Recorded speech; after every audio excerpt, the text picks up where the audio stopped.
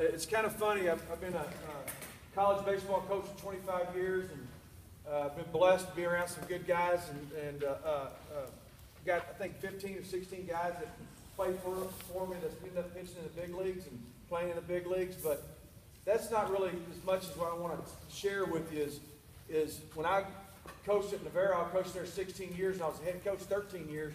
Well, the funny story about that is I went to the University of Texas. That first year, I think we won 38 games or something. Drew was on that club. We got to the regional tournament, got beat. Well, I went through the airport. I was going recruiting through my bag. Same line we go through when we go recruiting. The lady goes, "Well, I'm sorry about your year, coach." And I was like, 38 wins, got beat in the regional tournament. Well, it never really hit home until the next year, my second year. We pitched 4 freshmen.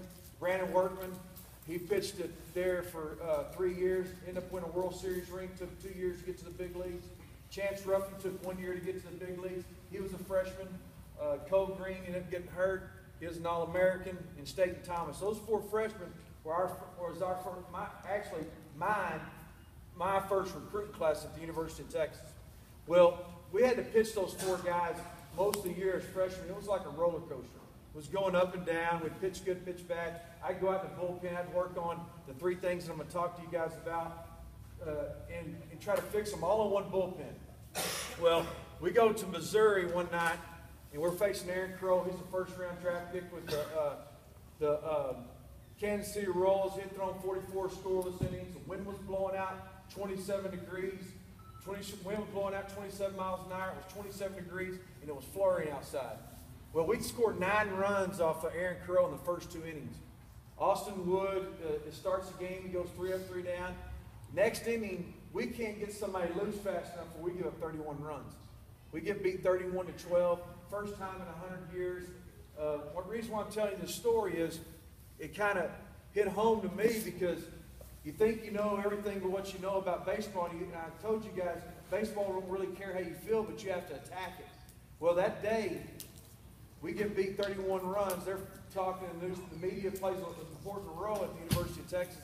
And in most big schools, you know, they were saying, this junior college pitching coach, first time a University of Texas giving up over 30 runs in 100 years. Well, that program is pretty, I mean, that's a long time. Nobody said a word to me for 48 hours. Next day we get beat 11 bullet. Next day we win 9-2 on Sunday.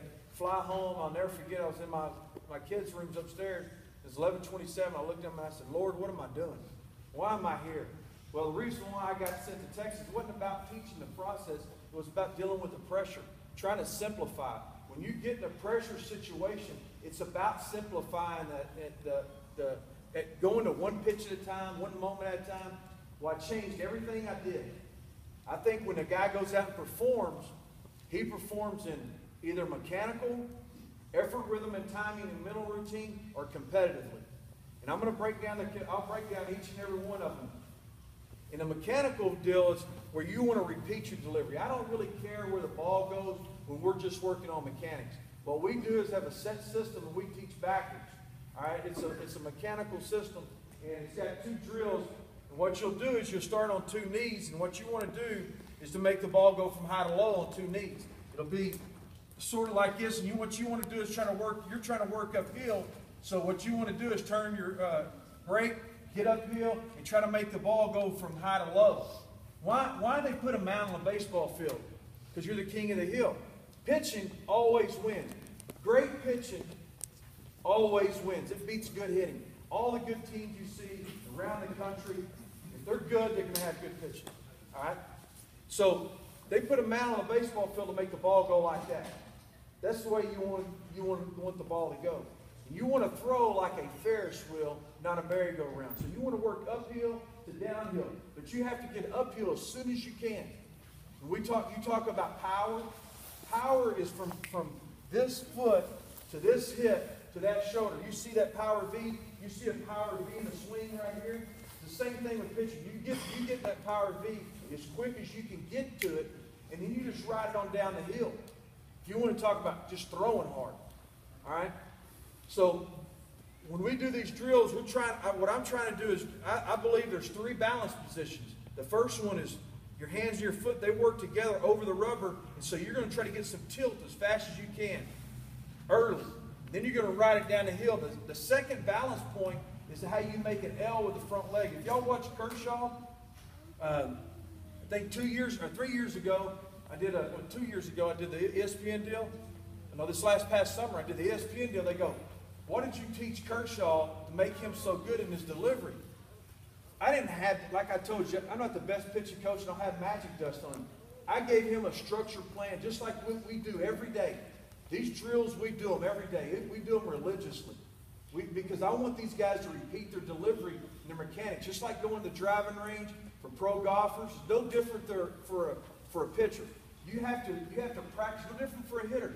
Whatever you feel in that swing, you've got to get to it as fast as you can. If you have to do lead hand, top hand, if you have to do some kind of drill that's going to help you, just get to it. Just feel it for 1 minute. And these drills are drills that I think that the University of Texas is what we do. The first one's on 2 knees. The second one is on 1 knee right here. And what you're going to try to do is you're going to try to go from high to low and get out over your front side as much as you can. You're going to try to go high to low, get over your front side as much as you can. This little move right here is real beneficial to you. What it does is, everybody's seen a drag car running down in a drag race, a quarter mile. And what happens at the end after it goes running 190 miles an hour? What happens? Parachute comes out. Why?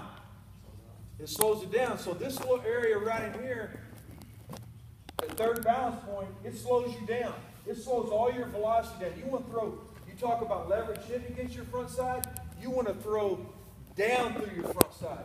You see guys in the big leagues, I mean, there's guys, it doesn't matter how tall you are, how big you are, how strong you are. What it matters is getting the ball to a leverage point. And when you're working downhill, you'll see there's guys in the big leagues that throw it and their arms going forward and their body weight's going like that. Well, which one's stronger, your arm or your body weight? So which one's going to give first? Your arm. So what we talk a lot about is we want to try to be as efficient as we can. Simplify and be sufficient and feel what your body's doing. This next drill that we do is what I call a kickover drill. Is you can sit right here, and we do drive drills all the time. You pick your right foot up, I'm right-handed, and you just turn your hips. If I was left-handed, I'd just pick up here and I'd turn my hips. Like if I was facing Drew, I'd step and go knee to knee. Well, that looks like a delivery, doesn't it? Right? And that's a balance point. My third balance point is what teaches me command. I'm working everything right down through the tunnel. You want to work everything through the tunnel. One of the pet peeves of mine is I see a lot of guys throwing on the third base side. Do you want to hit a ball that's coming in at you, or do you want to hit a ball that looks like it's coming at you, but it's crossing over and it's creating 2 different angles, down and away? You want the 2 different angles because the eyesight's, you can't pick it up as fast. If you got a guy that's a big sinker, a low elbow guy, then we can move the guy over and cut more side of the plate up. All right?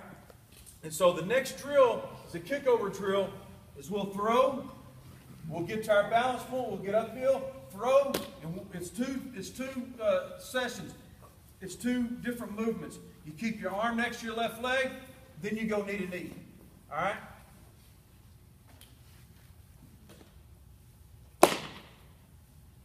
All right? That's the third drill. The fourth drill is what you're going to do is you're going to work. We talk about hips. We talk about backside. What you're going to work on is just explode your hips. That's it. You're going to try to get there and explode it. Try to get it out front. Make sure you get the ball out front.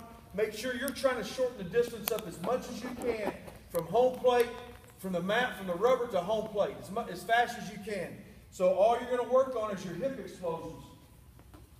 You can add a little step, but you want to get uphill and explode down. If I really exploded my hips, I feel like I can knock him right down through the back cage. All right? That's your fourth one. Your fifth one is you add a kickover. You do the same thing, and you add a kickover to the third balance point.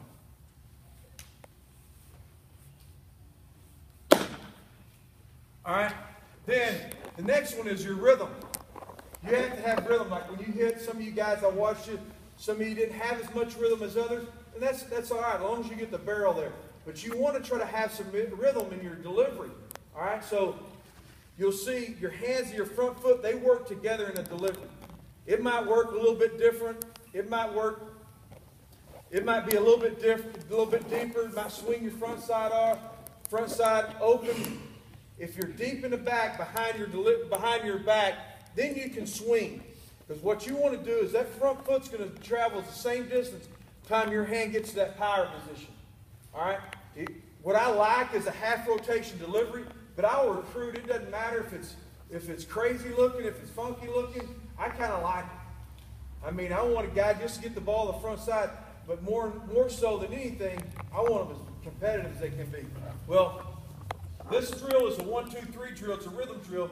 What you're working is your hands, your front foot. 1, 2, 3. Straight up, straight down, down the hill. Well, what I was talking about with Kershaw is they go, would you make him stop? He kind of did it literally. He would just stop. And so what you're doing as a hitter, you're loading. He's taking off. As soon as you see that, you're like, oh, man, I'm fixing to hit this guy. I'm trying to slow the ball down so I can gather information with the ball. I'm loading when he's loading. And all of a sudden, what makes Kershaw really good, besides he does have command and he's not scared of you, he stops right there for a moment and then gets back uphill. And all of a sudden, they're like this. Then they got to restart it again.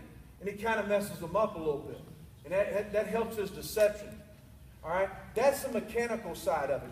And we'll have some guys over there that'll help you do some of the drills and whatnot if you want to do them. That's up to you. The next one is effort, rhythm, and timing. We throw a bullpen, effort, rhythm, and timing, and mental routine. You guys have got to start. Right now, I've seen some guys that are freshmen in here. I've seen a 7th grader in here. Every one of you guys have got to start this as fast as you can. You have got to come up with your own routine. I can teach you to have a routine, but you have to own it yourself. Whether you'll see guys in the major leagues, they'll take their bat off, they'll do whatever. You'll see guys wipe the rubber off, or whatever their routine is. They'll get around the mound. But I want to warn you about the routine. Routine is just all it is a superstition. It's no different than Wade Boggs eating chicken. It's no different. I'm telling you right now, guys, as a coach, I have a routine in a game, watching a game. You'll see me there. I'll put my clipboard in the same spot. I'll write the same things. I might say the same things to the kids. Because what I want is to create that routine, that mindset of winning all the time. I want to think about it. I want to talk about it. I want to paint that picture of winning that pitch, winning that moment. Everybody sit there and heard. You see how quiet it is in here? That's a moment. That's one pitch in a game. And you got 100, you have 200 and something. How many pitches as a pitcher can you win? Those moments. One pitch at a time. Once that pitch is thrown, it's over with. The only thing you can control is throwing the ball at the target. And in that rhythm and timing and mental routine bullpens, that's all we talk about. I'll put a string line up. I just want them to throw it in the bottom half of the strike zone. I don't really necessarily care if they hit in a certain area in this deal, but I want to make sure they do the same thing. They throw the pitch, they get back, they do the same thing. Now, in that routine, you want to make it as quick as possible because the pace of the game is vital to you. It is vital to you because you want to throw and disrupt. Pitching is about disrupting timing. That's what it's about. You want to disrupt timing as much as you can.